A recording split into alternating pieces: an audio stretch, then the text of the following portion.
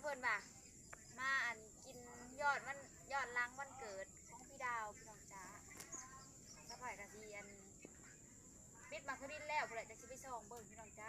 ใกล้สิแล้วเลยเพิ่นกำลังฮัดไอ้บอยก็ฮัดก็มาฮอดพี่น้องไปถามไปเบิ่งกันถามไปรุ่นน้ำกันว่าเสียยังกินพี่น้องจ้ามีอะไรกินบ้างเดี๋ยวเราไปส่องดูพี่น้องจ้า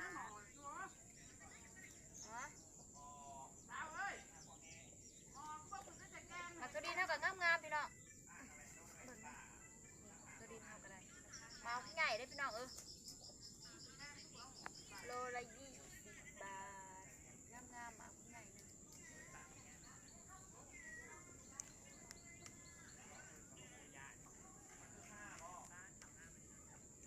จะใส่จักอันสองบ่มีคนคือแบบคันนี้มันเข่านะ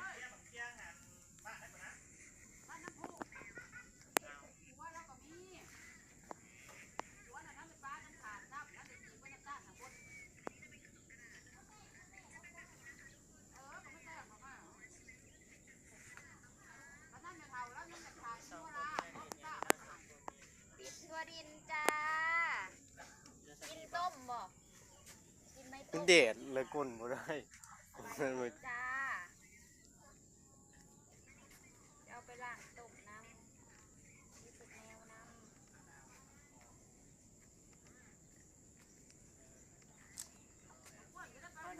สองคนกันให้น้องเฮ็ดยังกินเนี่ยจ้ะจะทำอะไรกินคะกำลังเคียงค่ะกำลังคั่วไก่จ้าปลากระชามโจ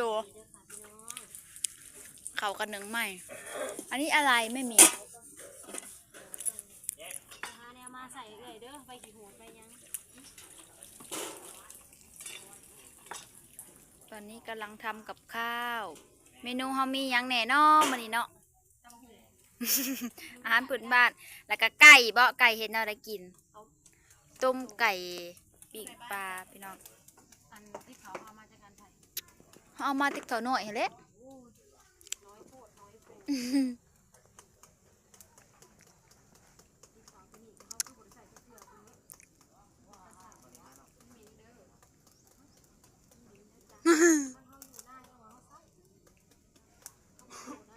ดมเบิ้งเลยดิ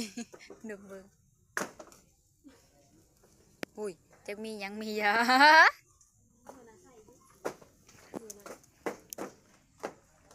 กระซ้ำค่ายังบ่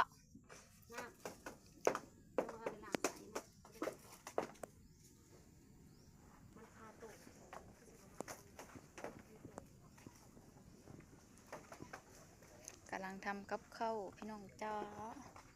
ปลาของเราขึ้นมาจักแล้วเนาะไม่รู้ไม่ชิสาวเอื่อยกับมาพี่น้องสาวเอื่อยหิวเข่าแล้ว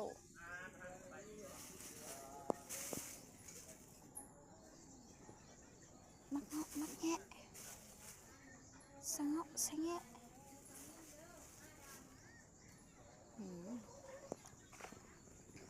โอ้ยเข่ากับสะบัดงามแท้ลมเมื่อแล้วสวัสดีป้าลูกนี่ตะวันน้องตะวันกับเจ็บปากเปื่อยลมตกอู่สิได้เกี่ยวแล้วเกี่ยวทั้งหยาทั้งยุกม่วนเขากันโลดเขางานเกี่ยวต้องเงาโลดเฟืองมันจะได้เฟืองมันให้กลัวตัดเอาเนาะตะวันตัดเอาเนาะเป็นหลอกเลยเป็นดอกแล้วมันเป็นหมากเลยนะมึงเนี่ยมันอ้วนนะมันเริ่มอ้วนนะเนี่ยดู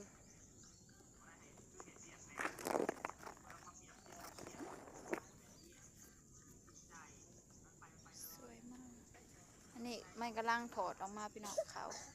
แล้วมันก็กลมลงเป็นห่วงใหญ่ขึ้นฮะไออีกเลยไออีกแล้วกินบ้านได้เด้อบันเด้อพ่อเด้อถ้าไปลุ้นกันอีกพี่น้องจ้า เมนูของเพิ่นวันนี้ก็จะเป็นตำมะฮุงแล้วก็ต้มไก่พี่น้อง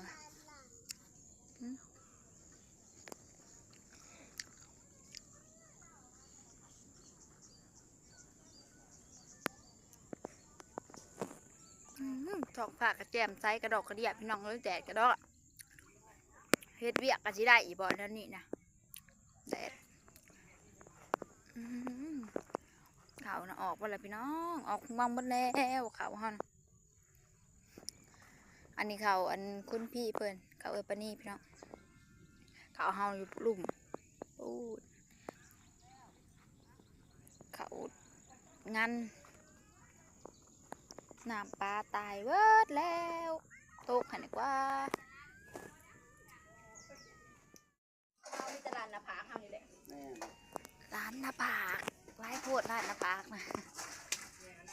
เดี๋ยวเริ่มย่างไปเอาไปอยู่หูเด้ออยู่หูเด้อบอกให้เดินอันนี้เคี้ยวได้ไหม บอกนางไผ่เด้ออันนี้ใส่ยังแหน่เลยเอาไผ่สปีดไปเรื่อยวันมันตายเลยบัวได้ประมาณครับบริคนปิดบางบอก จอกบ้านหน้าบ่นี่นะ ดอกบ้านหน้าเขาว่าอยู่บ้านหน้าเนาะกินแน่กินอยู่หน้า ธรรมชาติดิ เป็นจอกวายมีด้ามจับมันเลือดแท้ๆคือคนจอกวาย เปิดกล่องไหมก็แซ่บกระดอก แม่นใช่ปะ เจียวหมดแล้ว เอ้ยแซ่บได้กินในในกินก่อนคนไหนนั่งหุบมาหา เห็ดไข่เห็ดไข่เห็ดเราเองเห็ดไข่เห็ดเราเอง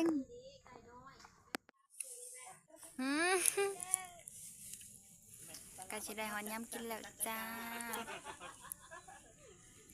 ตำหงมาแล้วซีมืออีเมซอนพี่น้องจ้ายังยังต้มไก่เอาไหมเอามากิน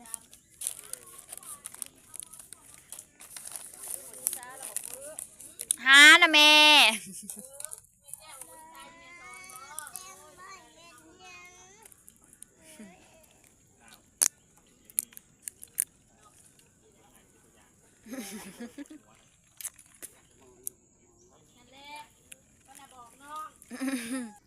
ตำมะฮุงไปเบิ่งอีกก่อนไปจอบอีกก่อนไปจอบอีกก่อน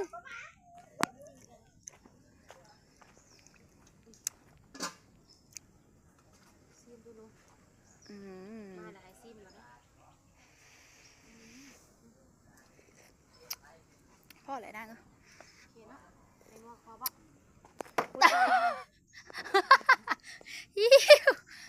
ฉันจะล้มว้าวพี่น้องพอยากมาเด้อพี่น้องตามมา สองโตผู้ใดยันบ่อิ่ม ต้มไก่เต็มหม้อเลยจ้า อัดหมูย่างนะ ไม่ต้องให้เบิ่งลายเปล่ามาปลา3 ตัวปลา3 ตัวจ้ะ แล้วใส่ข้าวเย็นอยู่ทางใดน้องดา ข้าว ว เย็นบ่มีแต่ข้าวหนึ่งไม้ สุดผักโรดกินผักโรด บรรยากาศ บรรยากาศกับเขากันบ่ เป็นบรรยากาศดีได้ยูฮันได้ลูกยืนยูฮันแม่ป้อน ตะวันกับท่านอิ่มบ่วิตามินก็มีสีดำ เป็นไม้ร้อย ในงาวะในงาลายในงาน่ะซี เจ้าไม่กินน้ำกัน ด แซ่บ ไม่เกี่ยวกับหนูนะในงาน่ะ ๆมาเด้อพี่น้องเด้อเดี๋ยวเวลากินแล้วจ้ากินข้าวนำกันเด้ ซีนู อ มันจีห่อนออกเบิดค่ะตัวนี้ซีปื้อแหละตัวนี้เนาะ ตำมะฮุงต้ม ก็อยู่เพื่อนกันเราปนกัน มอง กัน มี แม่ หัวหินมัน อ๋ออันเดียวกันถ้ามีหินนะของหนู ขออนุ นี่แห ญาต ละ กินข้าวกันเด้อพี่น้อง ถ้า เด้ มี อ หินนะของเราปื้อของเราปื้อ พบอย่างว่าหินก็ยังไปพ่ออันแข้งบาทนี่ ใกล้มาอยู่ในนา นะกินข้าวกันพี่น้อง องซีน้อยนะมันมีหัวหินอยู่ น้ำล้างมืออยู่เทิงได้ลูก นี่อันเล็กทีเล็กมีแต่มันหยาๆบัดนี้หัวหยา เก็บของซะก่อน หมากหยาว่าดำคุยอยู่บ้านนี่